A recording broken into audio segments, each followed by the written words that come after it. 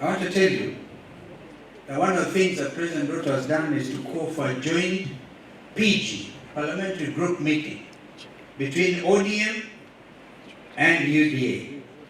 It is within their right to do so. But let them be distant. If indeed I see the Secretary General of ODM here, Senator Sifuna, if indeed you attend that meeting at State House on Monday, for the love of this country and good order and governance and the supremacy of our institutions. We just had Professor Macau give a very good lecture on the separation of powers. And I've actually said Parliament itself is under state capture.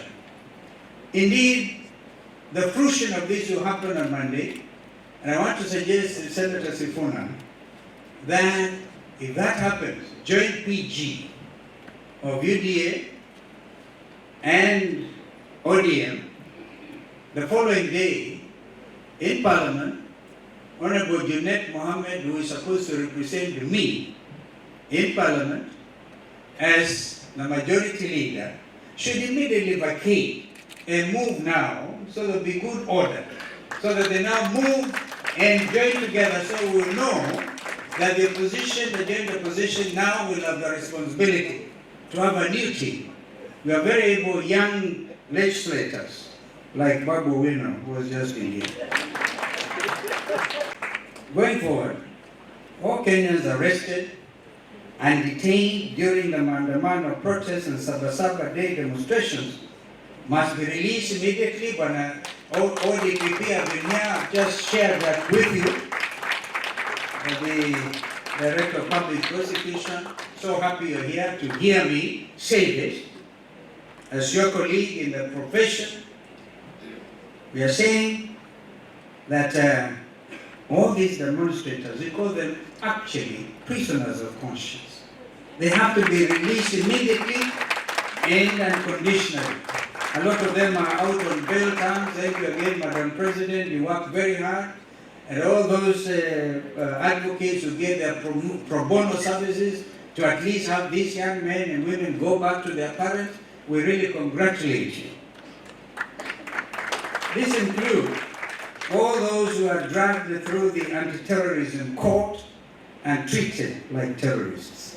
But we know the purpose, Parliament's intention in enacting, I think in 2012 or 2015, Porter Prevention of Terrorism Act.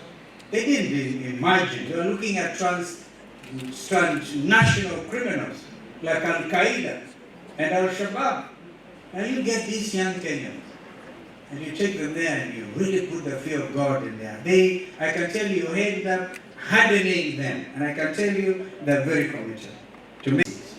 Friends, today more than ever, I'm reminded of Brutus' words to Cassius in William Shakespeare's play, Julius Caesar, Act 4.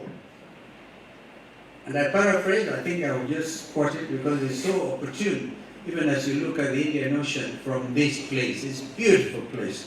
I don't know how many of us know that our sea, our coastline, is one of the best anywhere in the world. And I can tell you the southern sea, for example, the Diani area, amazing beauty.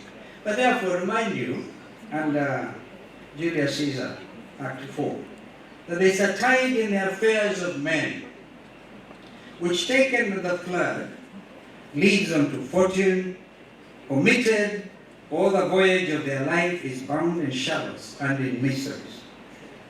I would actually want to add, to conclude that, and on such a full sea, that's what we are, Kenya, on such a full sea, are we now afloat? And we must take the current when it serves, or lose our ventures as an issue. End of quote. Time, ladies and gentlemen, dear colleagues, learned friends, is extremely of the essence. It is important, and we have to come to the rescue of this nation from a regime actively determined to suspend our hard-fought constitution.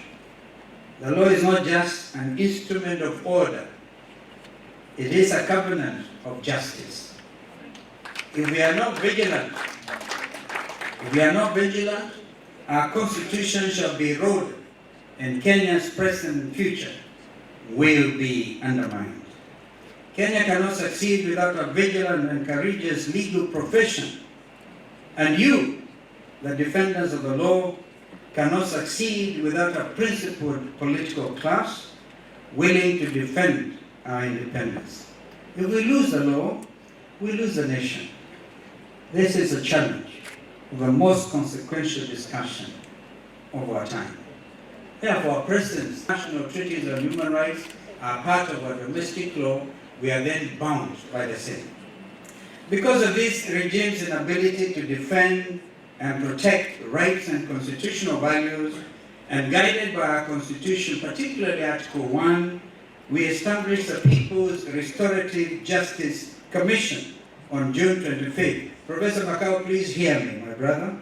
We did that. This people-led initiative, chaired by Speaker Emeritus Jamie Muturi and Commissioners Dan Maanzo, Fred Ogola, Asha Bashir, and Nerima Wako, has been working around the clock to restore dignity, rebuild lives, families, communities, and society, and hold perpetrators accountable for crimes against humanity. The opposition's initiative, that is already getting international recognition, is starkly different from the recently announced task force by President Ruto and Raila Odinga. The question we and majority of Kenyans are asking is, how can the perpetrators who gave the shoot to kill and shoot in the leg decree be the judges in their own already admitted crimes? By compensating, and yeah, Professor Makau, compensate, yes, we are with you on that because it's important. But you cannot compensate a life of a Kenyan. One Kenyan life lost is one too many, and we cannot accept. Because of this regime's, as Chief Justice Comment said correctly yesterday, you cannot criminalize human rights. Defenders, we all know, under Article 20 of the Constitution, since 1920 of the Constitution, we imported, and this is part of our domestic law, those treaties that Kenya has been signatory to, and all those human rights treaties. Therefore, you cannot run away and pretend you're an island, when indeed, under Constitution 20 yourself, and you have sworn to uphold the Constitution as by law established. Therefore,